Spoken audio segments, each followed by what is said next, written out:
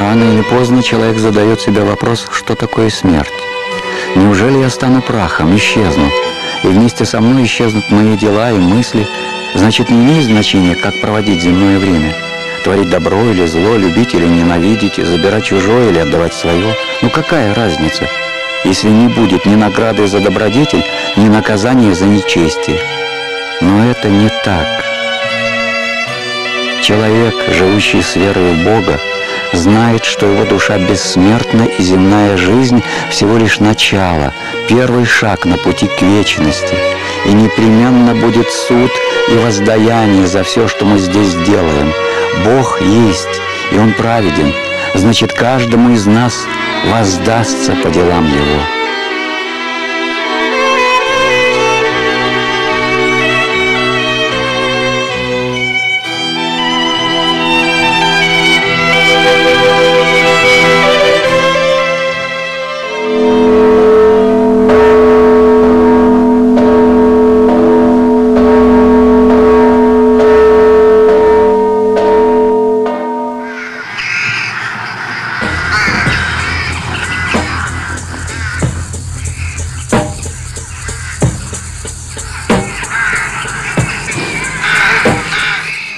Всякий человек стоит пред Богом всю свою жизнь, хочет он этого или нет.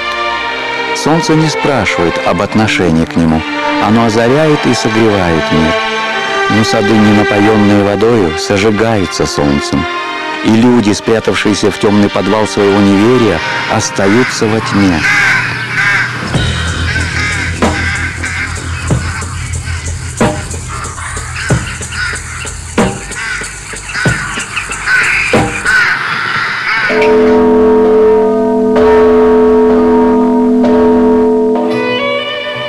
Наши мысли часто бывают далеки от мира духовного.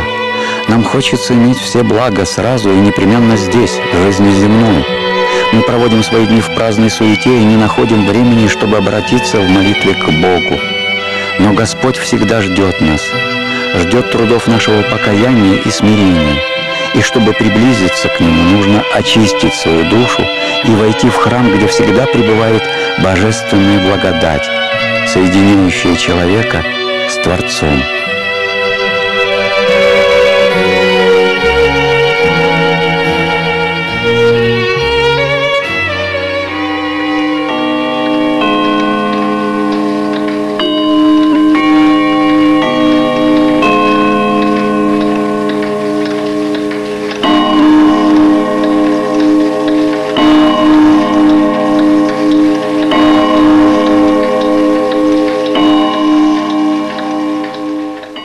Из Евангелия видим, что действительно вера – это некая духовная сила, которая необъяснима нашим логическим человеческим языком.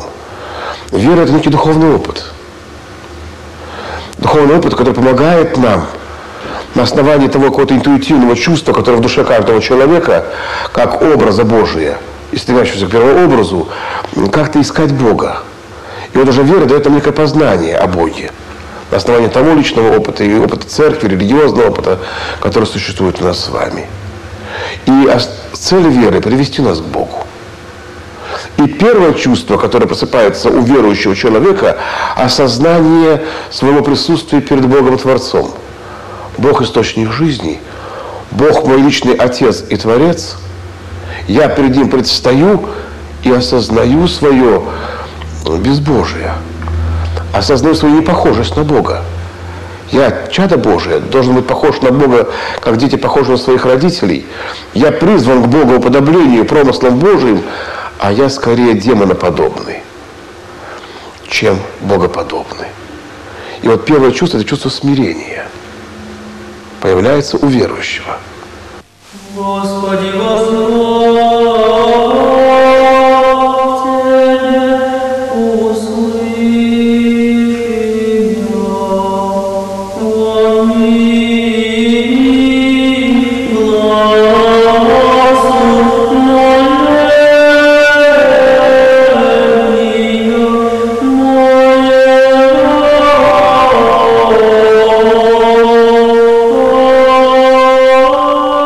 Чем отличаются верующие от атеистов?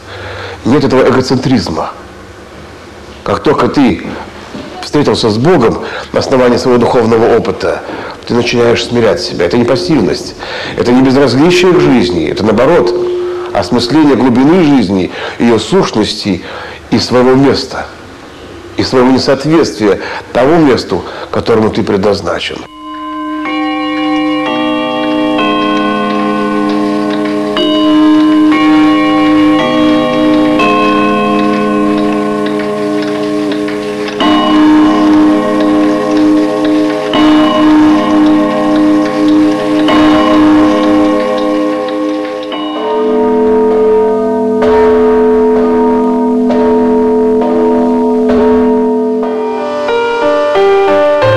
Сказал пророк: «Желаю лучше быть у порога в Доме Божием, нежели жить в шатрах нечестия».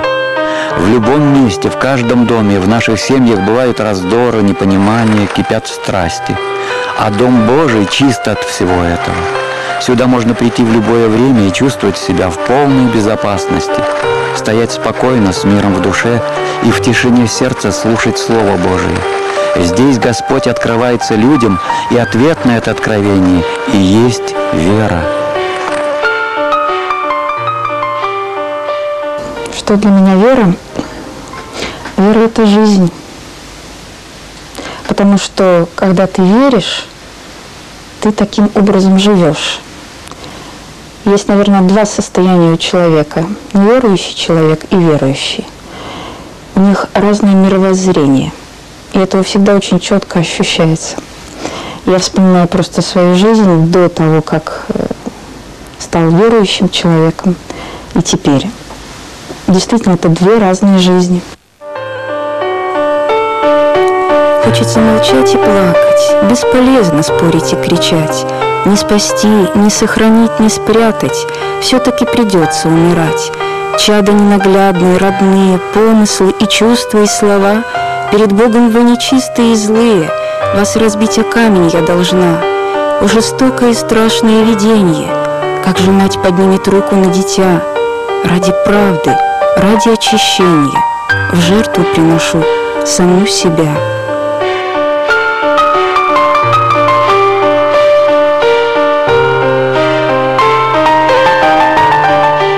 Для меня приход к вере – это было в первую очередь обретение уверенности в завтрашнем дне. И не только в завтрашнем, а вообще в грядущей моей жизни.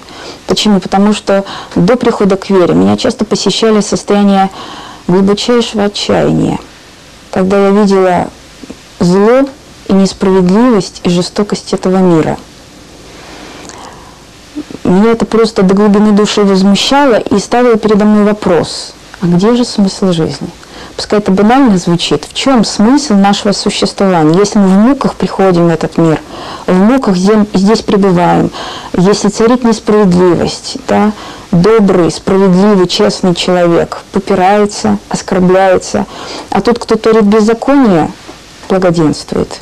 И так далее, и так далее, и так далее, не говоря уже про остальные страшные вещи, которые есть в нашем мире. И когда я пришла к вере, во-первых, я успокоилась в том плане, что есть хозяин этой жизни, что после смерти не конец, что не нужно бояться и пытаться урвать в этой жизни наслаждение или какие-то блага, потому что там конец, все. Ешь, пей, веселись, ибо завтра ты умрешь. Это вот такой девиз атеистов. Я поняла, что можно надеяться на радость и на счастье впереди, что все страдания, они не бессмысленны, что во всем есть глубочайший смысл и последствия. Я обрела мир душевный. И, пожалуй, это, наверное, самое главное, ведь Христос говорил: «Мир мой даю вам». И этот мир – это и есть вот начатки того Царства Небесного, которое находится внутри нас.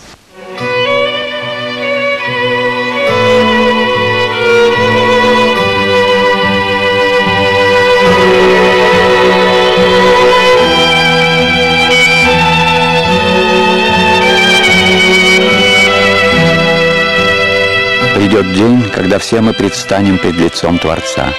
Как ответим тогда за свои грехи и беззакония? «Обличу тебя, — говорит Господь, — и представлю пред лицем Твоим грехи Твоя. И вспомнит окаянная душа, что умолял ее Создатель не грешить, ибо каждый грех несет в себе наказание, что звал ее к себе, указывая путь тернистый, но спасительный».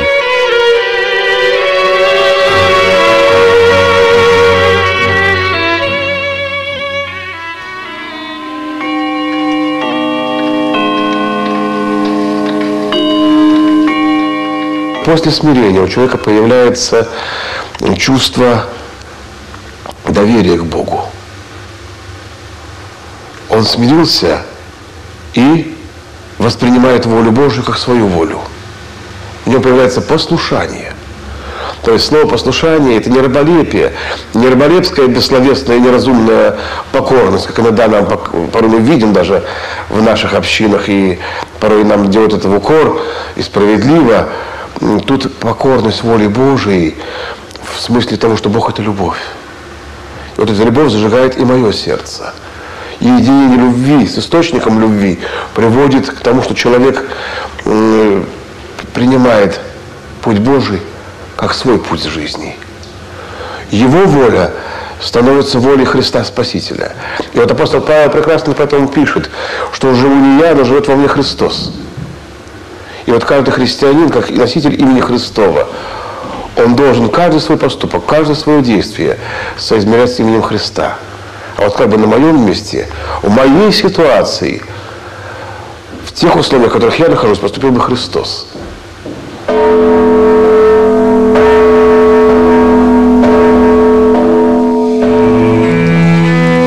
Как бы поступил Христос?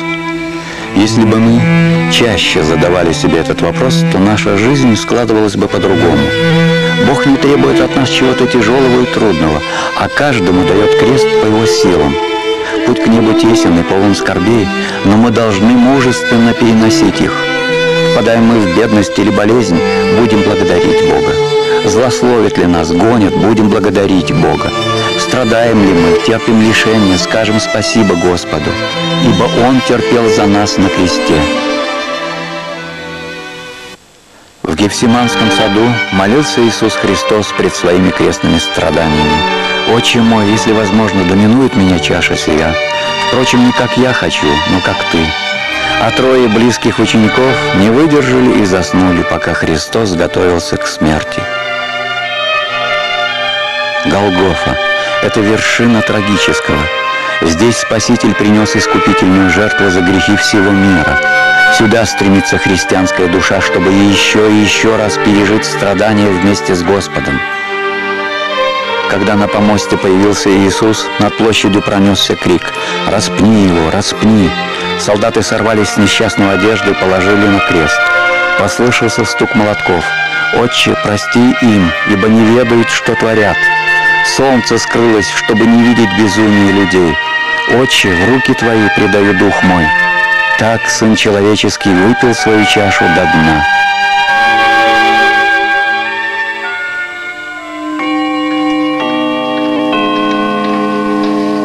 Мир не дается так просто. Я вот сказала, что я обрела мир.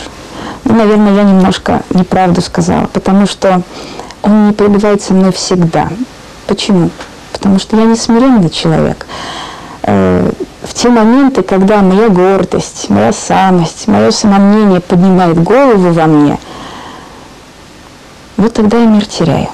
Это страшное состояние. Почему? Потому что внешне мы этого никак не можем проявить. Не всегда мы это проявляем. Мы можем завидовать человеку, мы можем сердиться на человека, ненавидеть его, обижаться на него. Но человеку мы об этом не скажем, это внутри нас. И это будет нас мучить и раздирать наше сердце на части. И вот это страдание, оно именно от этого несмирения. То есть, если нет смирения, мир уходит. И напротив, мир мой даю вам. То есть, можно сказать, что это опять-таки дар Божий. Когда Господь дарует на какое-то время, то есть даже на мгновение, этот мир душевный, ты начинаешь приближаться к пониманию того, что такое смирение. Это когда я с миром принимаю все то, что Господь дает мне в моей жизни.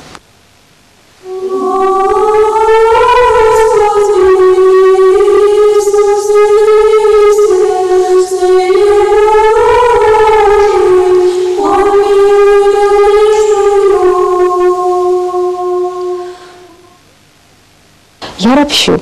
Я очень часто ропщу. Я очень часто противлюсь Богу.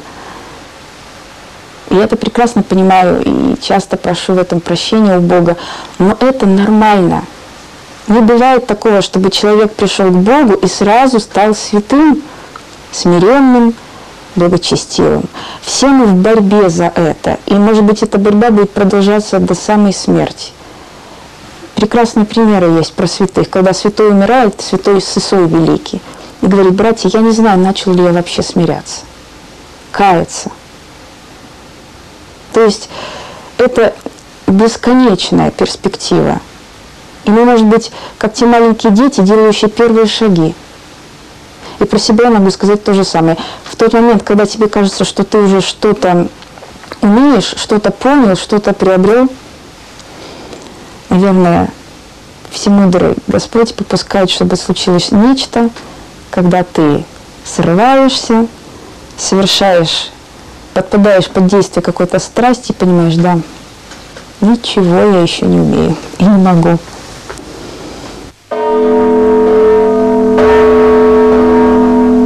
Человека съедают страсть и гордость, самолюбие. В них он находит утешение и смысл жизни. Но все это суета-сует, ибо сказано: собирайте себе сокровища не на земле, а на небе. Восхищена, взята от легкого пути, что льстит душе утехами земными, и никуда не скрыться, не уйти, всегда перед очами Божьими святыми. Пытаюсь закрывать свои глаза, забыться от тоски невыносимой. Напрасный труд. Его рука ведет с отцовской властной силой.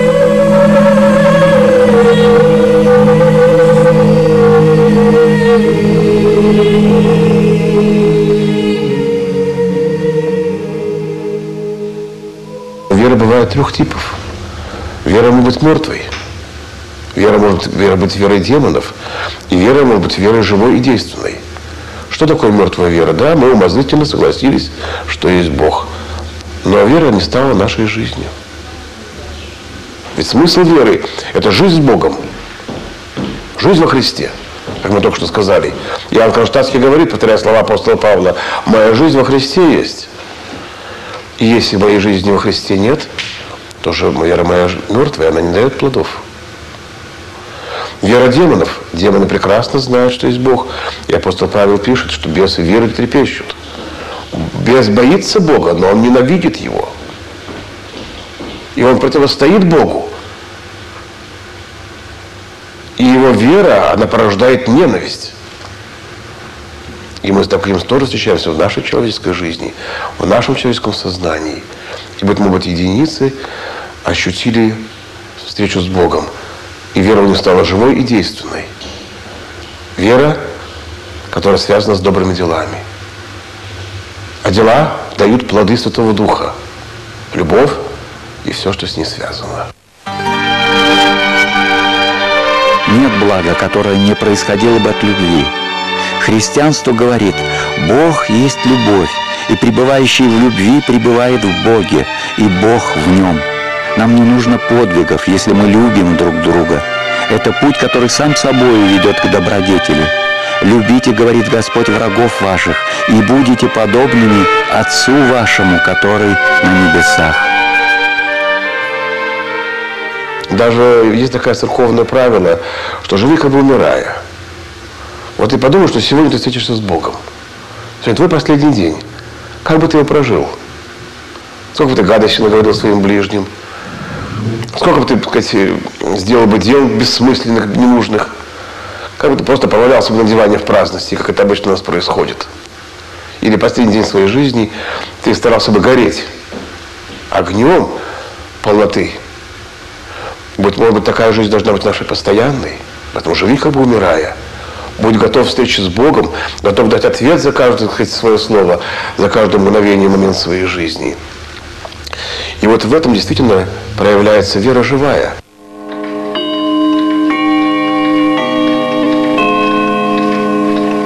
Есть в Священном Писании фраза: «Вера без дел мертва». То есть я могу сказать, как тот протестант: я уверовал во Христа, все, я спасен. Но это не так.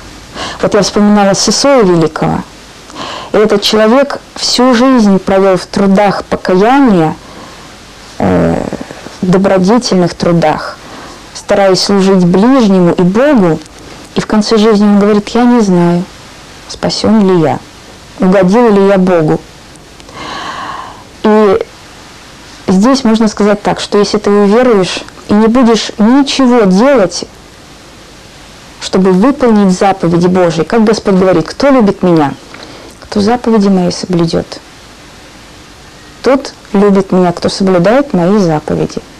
То есть, если я себя называю христианином, если я говорю: Господи, Господи, помилуй меня, и ничего не делаю, чтобы выполнить Его волю, опять-таки поиск воли Божией, я не христианин. Потому что опять Господь сказал: многие мне будут говорить: Господи, Господи, но не всякий спасется. Не всякий, говорящий мне: Господи, Господи, войдет в Царство Небесное. То есть без дел, опять-таки, невозможно быть верующим человеком. А что такое дела? Они сводятся к двум основным заповедям: возлюби Бога всем сердцем, всей душой, всем помышлением, всей крепостью и ближнего своего, как самого себя. То есть, если я буду стараться быть христианином в истинном смысле этого слова, я буду стараться выполнять заповеди, данные в Евангелии. Все заповеди Божии являются откровением законов духовных и таким же предупреждением человеку, как и законы материального мира. Обратись ко Господу и не откладывай со дня на день, чтобы не погибнуть тебе, а совершить дела веры.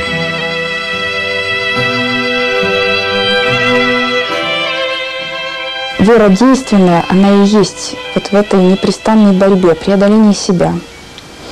Потому что, когда я совершаю дела веры, очень часто я себя заставляю, я совершаю насилие над собой. Но ведь и сказано Господом, что только понуждающий себя, нудящий себя войдет в Царство Небесное. То есть здесь неразрывно взаимосвязано. Если человек думает, что он придет в храм, поверит, примет таинство крещения, его жизнь станет легкой, радостной, приятной, это заблуждение. Напротив, вступив в церковь, он становится воином Христовым. Он становится солдатом этой невидимой армии, которая ведет свою брань не против плоти и крови, а против духов злобы поднебесной, которая постоянно нас искушает. И вообще у святых людей есть такое выражение, что наша война против трех стихий: против самого себя, того закона греха, который живет в нас, против мира, который нас искушает, и против дьявола. И поэтому действенная вера – это вот эта борьба, когда я совершаю добро и, не отвечая злом на зло, борюсь с грехом и злом в этом мире.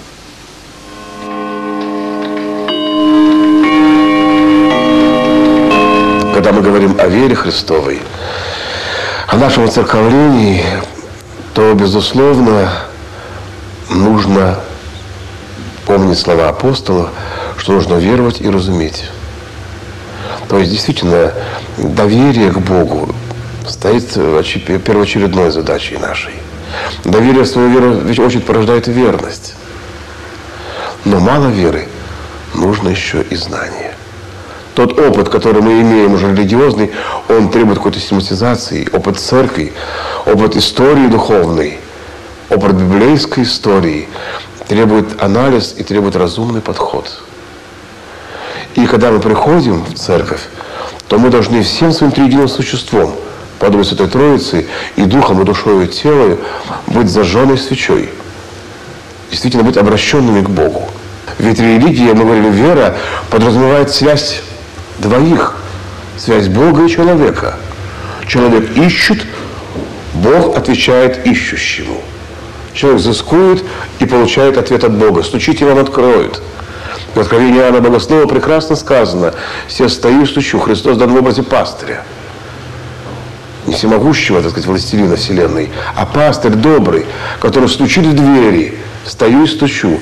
Человек, ты откроешь мне или нет? Если кто услышит голос мой и отворит дверь, войду к нему. Открой, человек, к тебе стучится Творец.